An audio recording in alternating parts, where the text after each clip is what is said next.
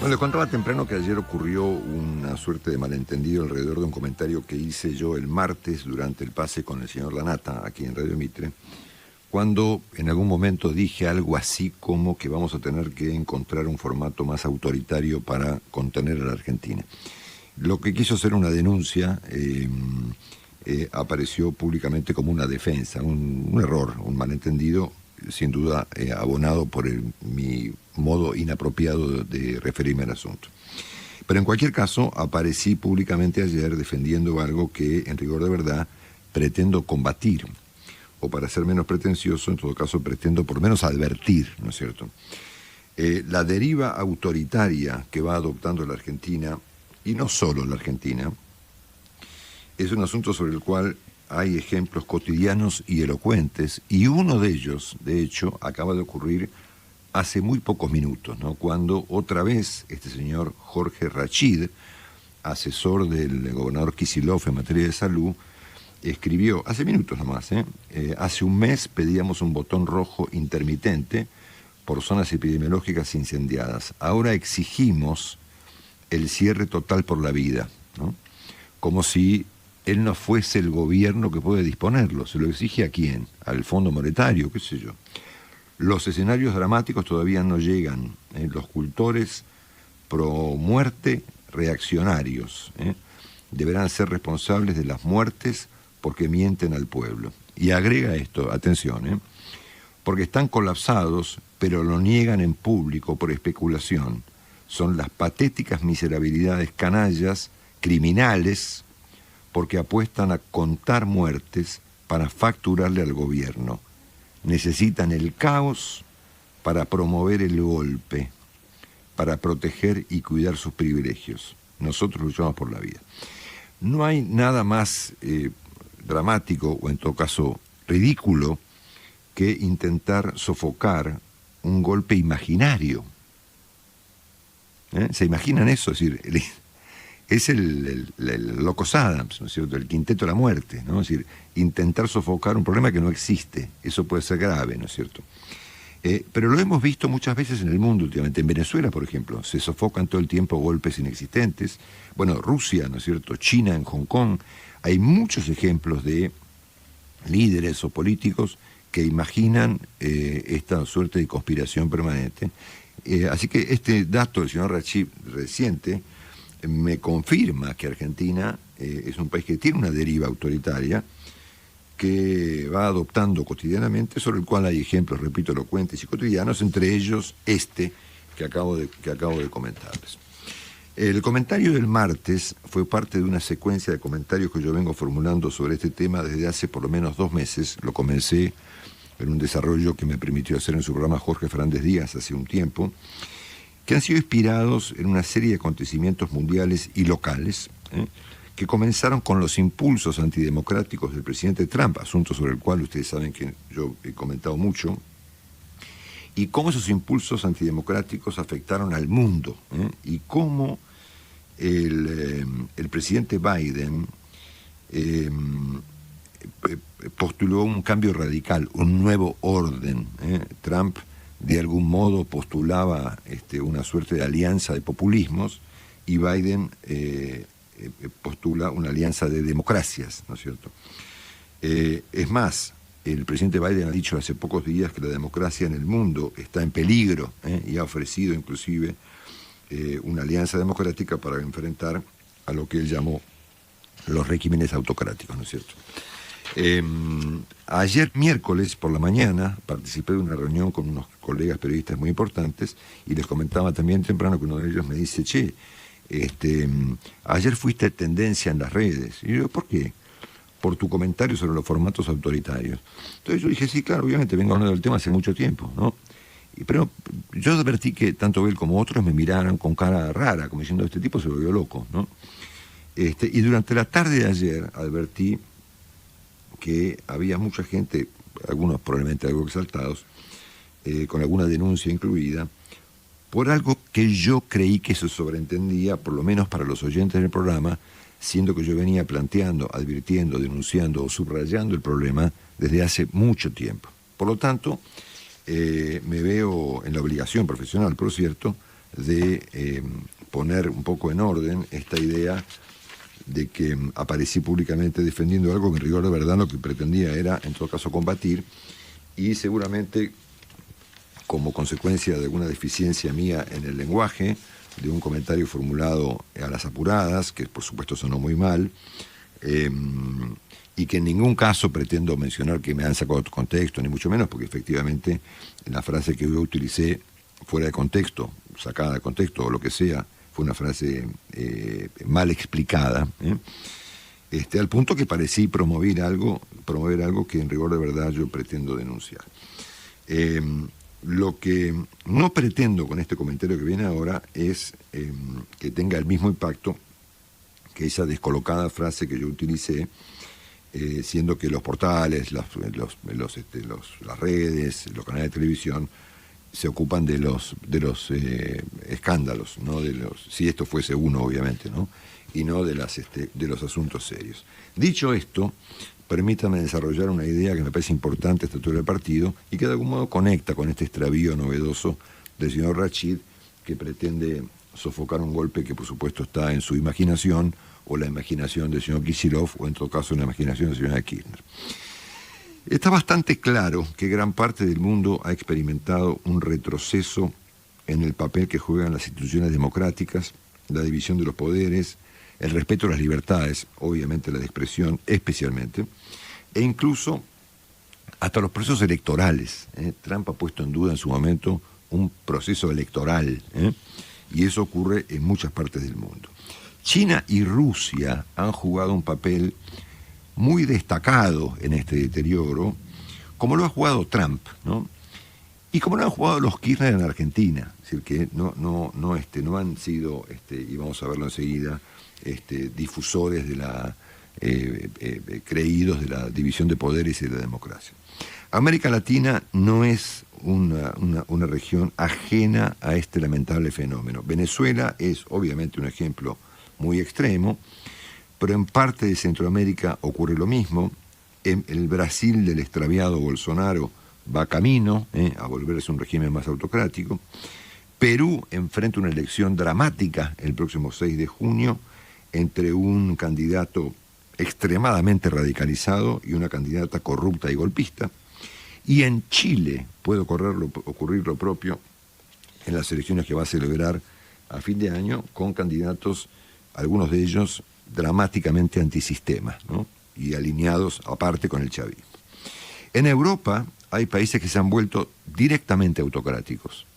Los ejemplos de Hungría, Polonia y Turquía, que todo el mundo observa, y detrás de regímenes democráticos estables, como Francia, por ejemplo, está la amenaza siempre de los ultras. El lepenismo está siempre detrás de la estabilidad democrática francesa como una amenaza, y España, por ejemplo, tiene su sistema de partidos políticos volado en pedazos, volado en pedazos, y han surgido allí expresiones también en la política española de postura antisistema, tanto del lado de la izquierda como del lado de la derecha, con este partido que ustedes habrán escuchado nombrar llamado Vox, ¿no es cierto?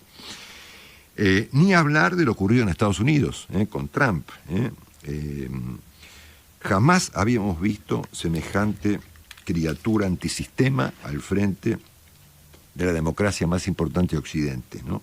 Promoviendo, tanto en su país como en el resto del mundo, sus exasperantes impulsos racistas, xenofóbicos, nacionalistas y muy especialmente antimultilaterales, tema que por supuesto jugó un papel relevante en la expansión de la pandemia. Podría hablar largamente del fenómeno americano y del fenómeno europeo. Europa tiene algunos reaseguros. Detrás de Merkel se sugiere una sucesión sensata, y detrás del otro disparatado, Boris Johnson, también, porque el Partido Laborista ha abandonado sus posturas pro-chavistas para tener un candidato o un líder bastante sofisticado y, por cierto, democrático. Trump terminó impulsando un ataque al Capitolio que se generó el 6 de enero pasado, luego de haber intentado involucrar a las Fuerzas Armadas en la vida democrática norteamericana, ¿no? Al punto tal que cuando Biden asumió, pronunció la siguiente frase sobre la política norteamericana: la democracia ha prevalecido. Creo que jamás imaginamos que un presidente americano al asumir iba a tener que pronunciar semejante definición. La democracia ha prevalecido. Los motivos por los cuales el mundo asiste a este asombroso y, digamos, inquietante fenómeno de debilitamiento de las instituciones y de los valores democráticos seguramente son múltiples y actualmente potenciados por la pandemia, además, ¿no es cierto? Siendo que nadie tiene muy claro, además, en qué clase de experimento va a terminar esta tragedia que vive hoy en día el mundo. Las desigualdades económicas, las redes sociales, hay pila de explicaciones de los expertos que sugieren alguna razón por la cual el mundo atraviesa estas tensiones en su sistema democrático. En cualquier caso, estos temas son hoy materia de análisis de académicos, intelectuales, politólogos, periodistas y políticos, especialmente expresidentes democráticos en nuestra región, bastante más sensatos, diríamos, que sus propios sucesores. Y esto ocurre hoy, esta discusión ocurre hoy en todo el mundo. Un elemento elocuente de esta discusión es la obra maestra del profesor Steven Levitsky, profesor titular en la Universidad de Harvard, que escribió un tratado sobre el tema llamado Así mueren las democracias. Hoy, no está hablando de los 70, de los 60, de los 50, hoy, ¿no es cierto? De a poco y desde adentro, es finalmente una síntesis de lo que Steven Levitsky ha postulado en su monumental obra. Y hay cientos de trabajos publicados en el mundo y en la Argentina sobre este problema de las autocracias, ¿no es cierto? Es más, tengo a mano algunos de ellos. Por ejemplo, el día 4 de abril pasado, la señora Luisa Corradini, que es una corresponsal de La Nación en Europa, escribió: en 1974, la caída de la dictadura de Antonio de Oliveira Salazar, en Portugal, abrió un periodo histórico considerado con optimismo la tercera ola democrática. Sin embargo, desde que empezó el siglo XXI, la democracia retrocede y el mundo presencia el inicio de un nuevo ciclo, el de las autocracias electivas. Su método, usar los atributos de la democracia en beneficio propio. Un trabajo excepcional publicado sobre este tema el 4 de abril pasado por la señora Corradini.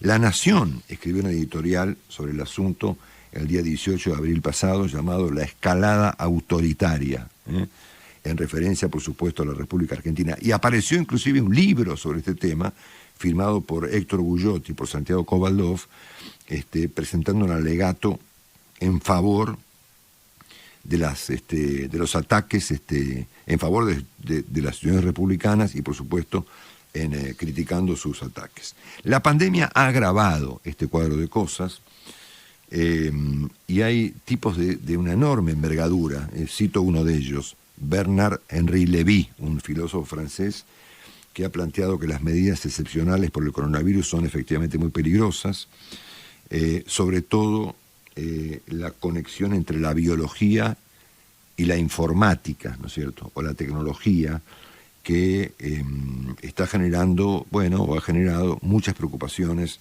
en el plano de los pensadores, al punto tal que la ONU ha hablado sobre el asunto, a través de un señor que recordamos su nombre, lo comentamos aquí, un tal Alberto Fernández, de casualidad se llama así, planteando cómo el virus también ataca los derechos humanos y las libertades en los países, y en algunos, por supuesto, más que en otros. El propio Levinsky se refirió al asunto planteando que la crisis sanitaria ha beneficiado claramente a los líderes autoritarios. Lamentablemente, la Argentina no está ajena a este proceso global de degradación institucional. Se me ocurrieron algunos ejemplos, por citar algunos, y los voy a mencionar uno por uno. Uno, nuestra política exterior nos ofrece un primer ejemplo elocuente respecto del tema. Rusia, China y Venezuela, los países más cercanos a la Argentina. Irán, por ejemplo, en el pasado reciente. Y obviamente hay que subrayar que tenemos tensiones visibles con países un poco más normales, ¿no es cierto?, como por ejemplo el Uruguay. Segundo, hay en marcha en el país un proceso de demolición y subrayo la palabra demolición, del sistema judicial, de su independencia y de la división de poderes, detrás del cual hay otro proceso, que es el de la búsqueda de la impunidad. Sobre este punto, mis colegas han escrito en los diarios, en artículos muy relevantes, que esto es un ataque al sistema republicano. Y esto ha sido escrito por muchos colegas durante las últimas semanas en la Argentina en referencia a este proceso de demolición que el gobierno, de manera indirecta pero consistente, intenta con la justicia argentina. Tal vez inclusive hay algún nivel de ideología antidemocrática en el caso particular de la señora de Kirchner, que ha sentenciado hace un tiempo que el sistema republicano es un sistema anacrónico, lo dijo públicamente, y comparó a Montesquieu con un dentista del año 1750, época en la que Montesquieu escribió El espíritu de las leyes, ¿no es cierto?, y postuló nada menos que la división de poderes. ¿Ustedes atenderían con un dentista del año 1750? Dijo algo así con la señora de Kirchner. Bueno, no, ok. Intentó comparar a un dentista del medioevo con el espíritu de las leyes, ¿no es cierto? Y yo consideré ese comentario como un comentario de carácter antidemocrático. Tenemos hoy, en cuarto lugar, periodistas procesados por realizar su trabajo. El caso más elocuente y el último ha sido, obviamente, el del colega Daniel Santoro, con quien hablamos aquí hace 2 días. Y ha habido inclusive, ya hay periodistas espiados. El caso más visible ha sido, no durante este gobierno, sino sobre el anterior, de Hugo Alconada-Amón, que lo denunció en un artículo fantástico publicado por el New York Times, fuera del país, no en la Argentina. Y ayer me enteré, en esta reunión de la que participé, que lo que eventualmente viene a partir de una comisión parlamentaria sobre la prensa puede ser aún peor que lo que estamos viendo. Quinto, estamos formulando experimentos raros con las fechas de las elecciones, por razones, bueno, de carácter sanitario. Ningún país que ha atravesado procesos electorales en este tiempo de pandemia ha suspendido las elecciones. Ni Bolivia. Ni Bolivia. Entiendo que las fechas de las elecciones deberían ser sacrosantas para la política, y es una falta de respeto con los ciudadanos toquetearlas. Y esto está ocurriendo, o por lo menos están intentando que ocurra. Sexto, desde hace años Argentina se volvió una máquina de generar desigualdad y pobreza. Estamos en el 42, vamos al 50 a fin de año con la tasa de inflación que registra la Argentina hoy en día. La desigualdad en la Argentina ha adquirido un carácter demográfico y se ha constituido en conurbanos, donde obviamente el nivel de vida es paupérrimo, digamos, y ciertamente inmoral, ¿no es cierto? Y el sistema político kirchnerista obtiene su caudal electoral de ese sistema de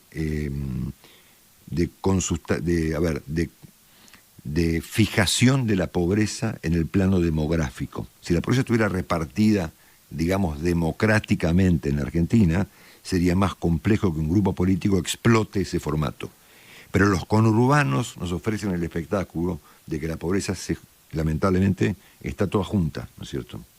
Es más, si recordamos los mapas electorales que explicaron el triunfo de Fernández sobre Macri, lo vemos claramente, un país fragmentado geográfica y demográficamente en el plano electoral. En este caso, el sistema prescinde por completo del sector privado y por supuesto de la inversión. Por lo tanto, la mitad de los argentinos, lamentablemente, viven de un subsidio del sector público, que es un mecanismo perfecto, una máquina de generar pobreza, que la Argentina lleva años, que se consustancia en el plano demográfico. De ese formato, por supuesto, se obtienen votos, se prescinde de la actividad privada, por supuesto, porque no hace falta la actividad privada donde la gente vive del subsidio, y si esto se ha vuelto un mecanismo perfecto. Y a este cuadro lamentable le estamos agregando la falta de acceso al sistema educativo, asunto que, por supuesto, agrava de manera dramática este cuadro de pobreza estructural que vive la República Argentina. Octavo, este país requiere con urgencia construcción de consensos. Y el presidente Fernández, misteriosamente para mi gusto, ha optado por el conflicto como método para organizar el formato político de la Argentina. Lo último que le faltaba al presidente Fernández es aparecer encima desdibujado, cuya palabra ha perdido valor, observación que han hecho muchos colegas periodistas en las últimas semanas, al punto que ya no tenemos ni siquiera muy claro qué significa hoy Alberto Fernández en la Argentina. Tal vez la historia ofrezca una explicación que pueda justificar su comportamiento, quién sabe. Tal vez sea una víctima de su propia coalición, que terminó finalmente, ¿saben qué?, dándole la razón al anuncio que formuló hace ya algún tiempo el señor Mariotto, cuando dijo la época de la moderación se terminó. ¿Se acuerdan? Sí, claro. Que nos reíamos de Mariotto. No. Bueno, ok. Por el momento Mariotto tuvo razón. La época de la moderación se terminó. Había que ser buenos, dijo, en la época electoral, pero ahora se acabó. Viene la época de la desmoderación. Yo no me quiero extender más en el tema del presidente Fernández, porque no es el motivo de este comentario, pero convengamos en que hay que estar un poco desorientado para manejar un país impulsando conflictos, de modo exasperante, por otra parte, en medio de una pandemia, con una economía fulminada y con un mundo completamente inestable. Aquí radica mi preocupación, y aquí radica mi advertencia, y aquí radica lo que yo pretendo denunciar, si es que no lo suena demasiado exagerado ese término. El populismo ya no alcanza para administrar este problema. El populismo ha sido el formato con el cual Argentina, con los Kirchner, bueno, un poco con el presidente Macri, ¿no es cierto?, y claramente con el presidente Fernández, ha intentado inicialmente manejar este cuadro de cosas tan estructural, tan lamentable, tan complicado y tan terminal que vive la República Argentina. Hace no muchos días, el 30 de marzo pasado, mi admirado colega Carlos Pani planteó por la televisión algo que él llamó pregunta urgente. ¿Qué clase de democracia queremos ser? Tomando en el razonamiento que Carlos presentó ese día de finales de marzo, un poco lo que está pasando en el mundo y el planteo que había hecho o que hizo el presidente Biden en su oportunidad. Hace un tiempo, el politólogo italiano Loris Zanatta escribió: la Argentina no es Venezuela, pero lo intenta. Y probablemente no lo logre, ¿no? Pero lo costoso, lo peligroso, lo dramático es el intento, ¿no es cierto?, porque nos aleja, por supuesto, de cualquier solución. En ese sentido, en este mundo, digamos, en donde, vuelvo al principio, las instituciones democráticas están sometidas o ajustadas a un debate complicado, ocurrió un episodio dramáticamente disruptivo, cuya dimensión yo sigo pensando que ni el mundo, ni la Argentina en particular, han calibrado de manera correcta, que fue el triunfo de Biden, que ha marcado el fin de una época que tuvo como éxtasis más delirante al señor Trump, y que fue marcada también por los impulsos populistas, en un momento en donde el mundo se dividía entre populismos y antipopulismos. Hoy parece una discusión anacrónica. Fíjense ustedes que la palabra populismo prácticamente no está figurando hoy en la terminología del debate mundial. El término populismo ha sido sustituido por otro término, que es el término autocracia. Busquen la palabra populismo en un artículo de hoy. Hace un año, 6 meses, un año y medio, 2 o 3, todos los días había un título que apelaba a la idea del populismo, a favor o en contra. Tenía defensores y detractores. Había libros en favor de los populismos y libros en contra de ellos. Bueno, esa palabra se volvió anacrónica porque ya no alcanza ni para explicar los fenómenos actuales, ni alcanza para manejar una crisis política. Y esta disrupción la ha presentado, por estas cosas casuales que tienen los procesos históricos, el presidente Biden, que como consecuencia de ser un fenómeno disruptivo, obviamente se vuelve muy potente, ¿no es cierto? Y el populismo se terminó, además, agrego, porque se acabó la plata para financiarlo. Ya no hay ni emisión posible, ni préstamos del Fondo Monetario, ni bonos venezolanos que puedan financiar un proceso populista. Ni la suba de la soja va a alcanzar para obtener semejante propósito. Por lo tanto, intentar continuar con procesos de carácter populista implica un proceso de cambio hacia formatos más autocráticos. Ya no alcanza con repartir plata. Hacen falta otros procesos, por ejemplo, ponele, denunciar golpes imaginarios o cosas por el estilo, como ha hecho esta mañana el señor Rachid, ¿no es cierto? Al llegar Biden, ha planteado que el mundo debe organizarse alrededor de otros elementos, de otros valores y de otro conflicto, que es las democracias contra las autocracias. Y yo presumo que Biden ve, como yo, mirá dónde me pongo, ¿no?, a la autocracia como un formato superador del populismo, ¿no es cierto? Y Argentina, me da la impresión, se está volviendo a equivocar de qué lado del mundo se pone. Al menos por ahora me da la impresión de que nuevamente, como habitualmente ocurre, Argentina está pifiando el lado correcto del mundo donde hay que colocarse. Argentina debe elegir cuál es su rumbo, el rumbo que indica, en todo caso, el mundo según Biden, la democracia, o el mundo que indica Putin, China, Venezuela, que es el mundo de la autocracia.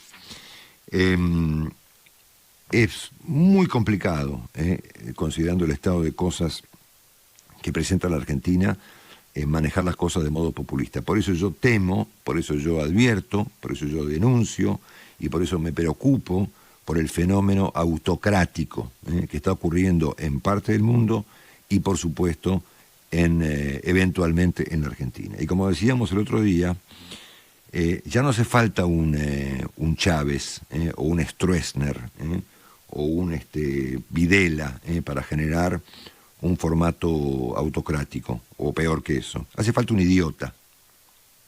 Con un idiota basta. Tal el caso del presidente Maduro, por ejemplo, que está manejado por fuerzas que no puede controlar. No estoy queriendo comparar con nadie, pero solo basta un idiota para que un país vea deshacer sus formatos democráticos más básicos, ¿no es cierto?